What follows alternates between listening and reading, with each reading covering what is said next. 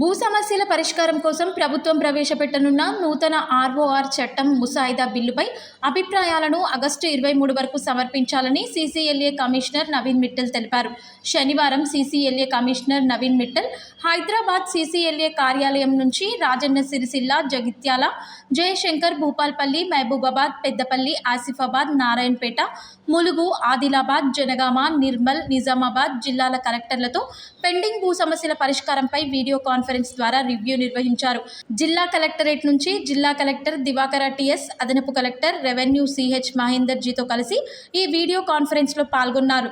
జిల్లాలో ఇప్పటి వరకు పెండింగ్ ధరణి దరఖాస్తుల పరిష్కారానికి తీసుకున్న చర్యలపై జిల్లాల వారీగా అడిగి తెలుసుకున్నారు. రికార్డులు పరిశీలించి క్షేత్రస్థాయిలో విచారణ చేసిన తర్వాత సంబంధిత దరఖాస్తుల ఆన్లైన్లో అప్డేట్ చేసి పరిష్కరించాలని అన్నారు. ఆర్ఓఆర్ ముసాయిదా బిల్లుపై ప్రజలు తమ సలహాలు, సందేహాలు, అభిప్రాయాలను సీసీఎల్ఏ వెబ్సైట్ ద్వారా లేదా మెయిల్ ద్వారా ఆగస్టు 23 వరకు తెలియజేయాలని ఆయన తెలిపారు. I request all the collectors who are present in this.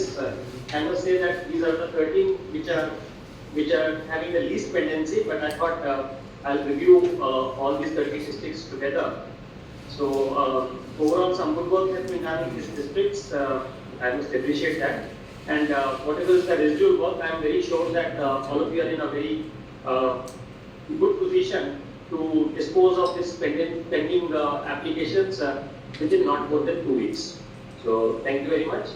And also there is a video conference at 2 o'clock by Honorable Revenue Minister and also from the NUP department Principal Secretary. I will also be present. That is on LRS. So Principal Secretary NUP asked me to also tell to all of you that there is a video conference at